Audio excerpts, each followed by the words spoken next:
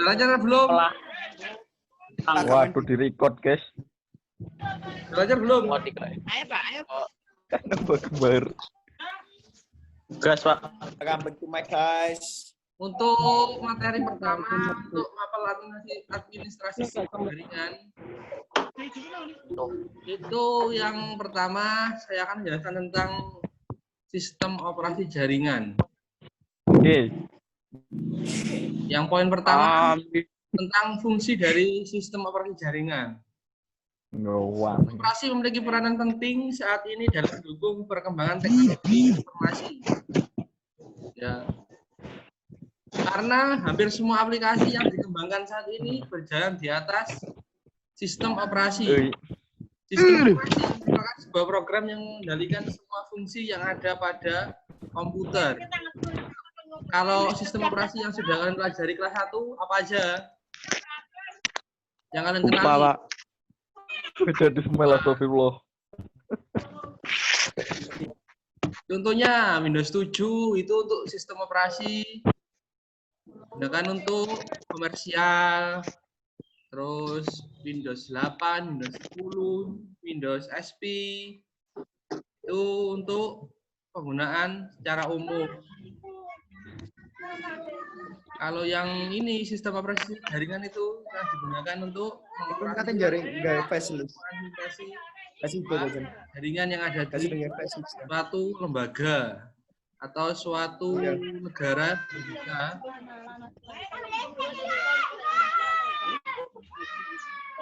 Pak Ruame Pak, Eko sekolah ta? Pak. Paketane ayo paketane berbet. Ya, Paketane sopo? lanjutkan sistem operasi landasan aplikasi untuk user. Pak rai gue Jadi kalau semua kalian memiliki komputer tapi kalau tidak ada Ijat mesti ndak situ sing ketok tidak akan bisa dioperasikan. Woi, Rafael dah ketangi. Hanya PTU. untuk mengelola data yang lain. Itu turut.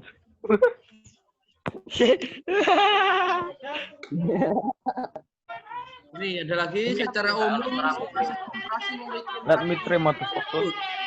yang pertama yang A, Mikir siapa saya kira Ruame. berbagai perangkat Wow. yang terhubung ke komputer Pak. atas bagaimana Nyaut. yang poin kedua B Tepuk tangan. dan folder. Jadi yang pertama manajemen perangkat keras, Nggih. yang kedua manajemen peran dan folder, yang kecil penyediaan user interface sebagai jembatan antar komputer dengan perangkat keras komputer. Jadi kalau ada komputer tapi kalau tidak ada sistem operasinya, itu sama saja antara user sama komputer itu tidak ada yang menghubungkan. Yang poin sebagai pengelolaan aplikasi. Aduh, tak betul.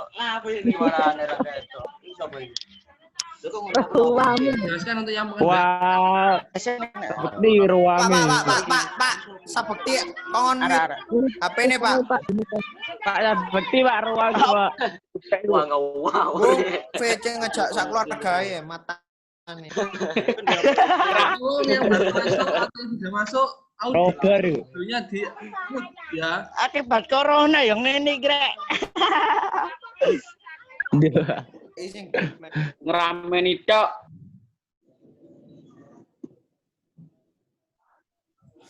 Lalu saya jelaskan tentang pengendalian perangkat keras. Akses terhadap berbagai perangkat keras yang terhubung pada komputer disediakan oleh sistem operasi melalui suatu aplikasi yang dikenal dengan istilah driver. Ya, jadi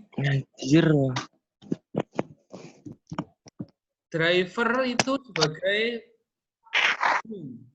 antara aplikasi dengan perangkat kerasnya. Setiap driver dibuat untuk mengendalikan satu perangkat keras.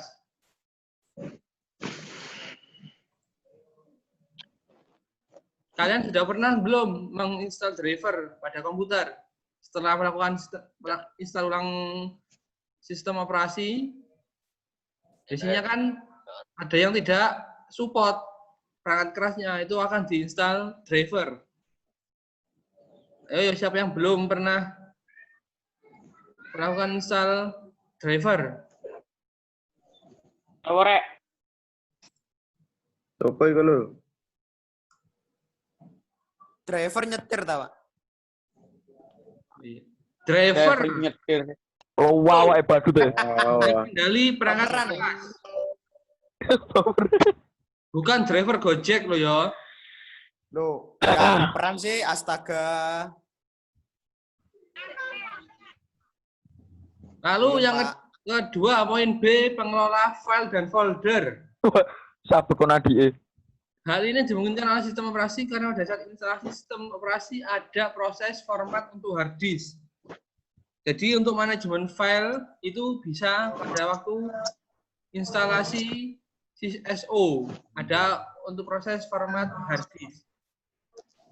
Melalui proses tersebut, ruang hard disk akan ditata sedemikian rupa hingga memiliki blok-blok tertentu untuk menyimpan sebuah file. Ya.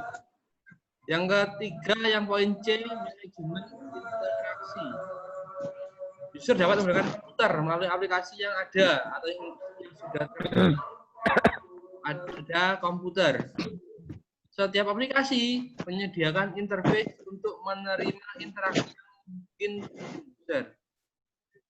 Kira-kira kalau ada komputer atau HP yang belum ada sistem operasinya, bisa mengoperasikannya atau mengoptimalkan ponsel atau laptop atau komputer kalian.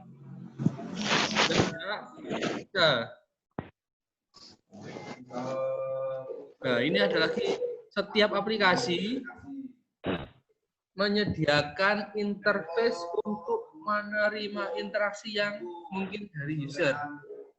Interface itu ada dua. Yang pertama, command line interface atau CLI. Bentuknya seperti ini, atau sistem operasi berbasis teks. Kalau di Windows itu biasanya ada di command prompt. Lalu Mainnya hebat. ada lagi yang interface yang satu lagi yang sudah kalian pakai saat ini, namanya Graphical User Interface atau GUI. Wow. GUI ini sudah berupa gambar dan tulisan gabung. Jadi misalkan kalian ingin klik icon File Manager, itu akan langsung masuk ke menu File Manager. Jadi tidak usah langsung ngetik dulu, harus mengingat sintaknya. Itu salah satu kelebihan dan kekurangan dari dua interface tersebut. Kalau yang CLI, ini kelebihannya itu ringan, tidak membutuhkan spesifikasi yang tinggi pada komputer. Tapi kalau GUI itu membutuhkan spesifikasi yang tinggi. Karena apa? Karena banyak memuat gambar dan tulisan atau icon untuk mempermudah user dalam mengoperasikan komputer. Yang keempat, manajemen aplikasi. Setiap aplikasi yang dijalankan oleh sistem operasi dengan mencari lokasi file dan memindahkan isinya ke memori untuk kemudian mengirimkan setiap perintah pada file tersebut untuk dijalankan oleh komputer. Nah, manajemen aplikasinya apa? Berupa instalasi, uninstall, atau update sistemnya. Setelah itu, selain memiliki fungsi-fungsi manajemen di atas, sistem operasi yang sudah modern saat ini juga dapat memiliki kemampuan seperti berikut. Yang pertama, multi-user. Jadi, komputer untuk yang sudah terbaru, untuk sistem operasinya sudah bisa digunakan lebih dari satu. Satu sistem operasi bisa digunakan lebih dari satu user. Ini, 2 atau lebih user dapat bekerja sama untuk saling berbagi pakai penggunaan aplikasi dan sumber daya seperti printer pada waktu yang bersamaan. Yang kedua, multitasking. Sistem operasi dapat menjalankan lebih dari satu aplikasi user. Misalkan kalian ingin browsing menggunakan Google Chrome, lalu sama membuka Microsoft Office Word, itu bisa digunakan. Kalau dulu tidak bisa, masih harus ditutup salah satu. Kalau sekarang sudah bisa dipakai multitasking atau menjalankan lebih dari satu aplikasi user. Yang ketiga, multiprocessing. Sistem operasi dapat menggunakan lebih dari satu CPU. Sekarang ini sudah banyak upgrade-an untuk CPU-nya, lebih dari satu core.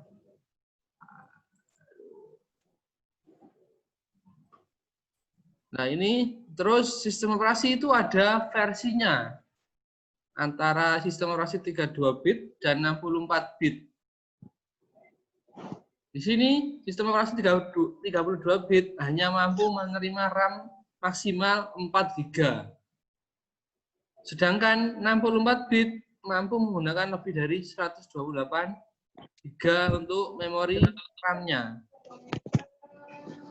8 bit. 8 bit itu tidak ada, itu jaringan itu.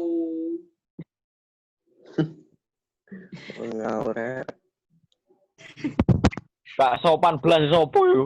Dan untuk manajemen memori dari sistem 64 bit juga lebih baik sehingga mampu menjalankan proses pada aplikasi lebih cepat. Sekarang kebanyakan Windows 10, Windows 2012 atau Windows Server itu kebanyakan menggunakan yang 64 bit. Karena apa? Karena untuk penggunaan memorinya tidak ada batasnya. Sehingga dapat mampu menjalankan proses pada aplikasi lebih cepat. Contohnya apa aja? Windows untuk sistem operasinya, Ubuntu atau Linux, OpenSUSE itu termasuk Linux juga. Nah, di sini ada lagi dilihat dari penggunaannya, sistem operasi dapat dibedakan menjadi 2 kelompok besar, yakni sistem operasi desktop yang sudah kalian gunakan sering di lab itu. Terus ada lagi yang kedua, sistem operasi jaringan atau network operating system. Ini sistem operasi ini didesain untuk dapat melayani user dalam jumlah besar untuk berbagai keperluan dan banyak digunakan pada perusahaan berskala besar. Kalau untuk skala sekolahan itu kita sudah memakai sistem operasi jaringan ini, tapi kita sudah beli alatnya jadi satu, namanya Mikrotik. Di sana sudah ada sistem operasinya. Kalau untuk sekelas sekolahan kita menggunakan sistem operasi Mikrotik itu sudah cukup, lebih dari cukup. Ini yang selanjutnya jenis sistem operasi jaringan. Yang pertama ada sistem operasi desktop. Karakteristiknya apa sebagai sistem operasi desktop itu? Mendukung penggunaan oleh satu orang user. Kedua, berbagi file dan folder dalam jaringan kecil dengan keamanan minimal. Saat ini di pasar sistem operasi desktop yang paling banyak digunakan terbagi ke dalam 3 kelompok besar, yakni Microsoft Windows, Apple Mac OS, dan Unix atau Linux. Kalau untuk Windows, sistem operasi desktop proprietari yang dikembangkan oleh perusahaan Microsoft. Pendirinya adalah Bill Gates. Versi pertama sistem operasi ini adalah Windows 1.01, dirilis pada tahun 1985.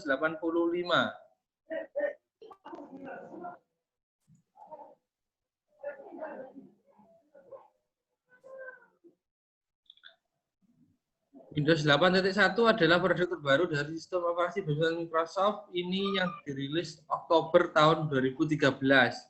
Jadi Windows 8 itu sudah dirilis pada tahun 2013. Tapi boomingnya di Indonesia itu baru sekitaran tahun 2017-2018. Yang ke B atau sistem operasi Apple Mac OS. Apple Mac OS sama dengan Microsoft Windows merupakan sistem operasi proprietary yang dikembangkan oleh Apple. Sistem ini didesain sebagai sistem operasi yang ramah atau user friendly, ramah terhadap pengguna, mudah digunakan oleh user. Versi terkini dari sistem ini merupakan pengembangan dari sistem operasi unik.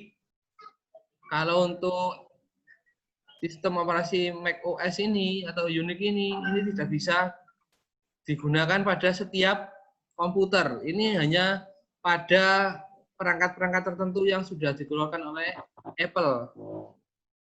Kalau kalian beli perangkat keras biasa di pasar di toko komputer itu tidak bisa digunakan untuk instalasi sistem operasi unik ini. Jadi harus keluaran pabrikan Apple baru bisa kita gunakan untuk sistem operasi ini. Yang ketiga, Linux merupakan sistem operasi open source diperkenalkan akhir tahun 1960-an. Salah satu sistem operasi tertua. Ya.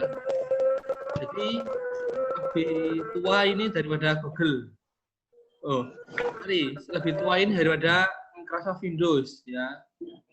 Kode program dari sistem operasi ini dibuka sehingga dapat diadopsi oleh berbagai perusahaan.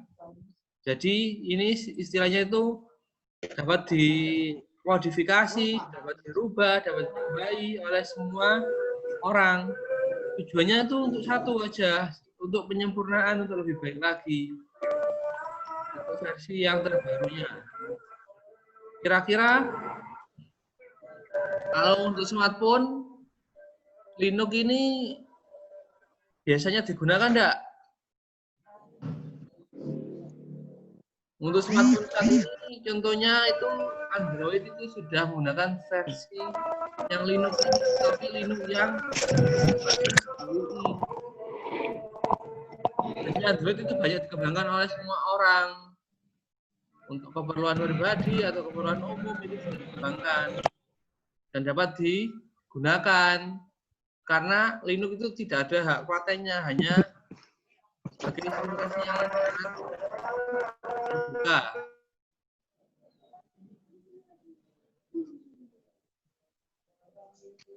Untuk yang lain, seperti yang poin 1.1.2 ini tentang sistem operasi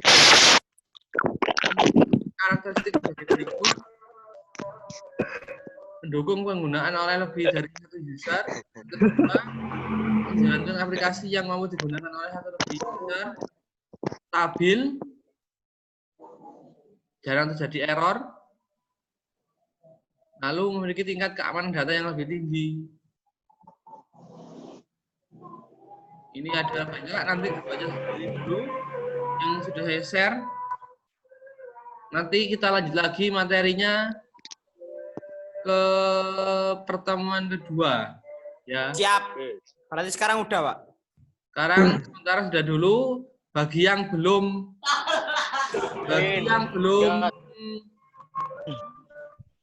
mendengarkan tentang saya ini dapat dilihat di YouTube saya ya. Nanti saya akan saya share videonya di YouTube supaya kalian dengarkan. Pak, jangan lupa Pak. Pak, paketan ini. Like, comment, Pak. Paketane berbet. Wih, tonggo kuwi kan sing rekam ana samurai. Pak. Nggih, Pak, nggih, Pak. Ya, saya akhiri. Lupa, Pak. Aku lupa paketan teh, Pak. Wah. Wih, nawantang segoro. Pak. Aku PS genam Telkom ya, Pak ya.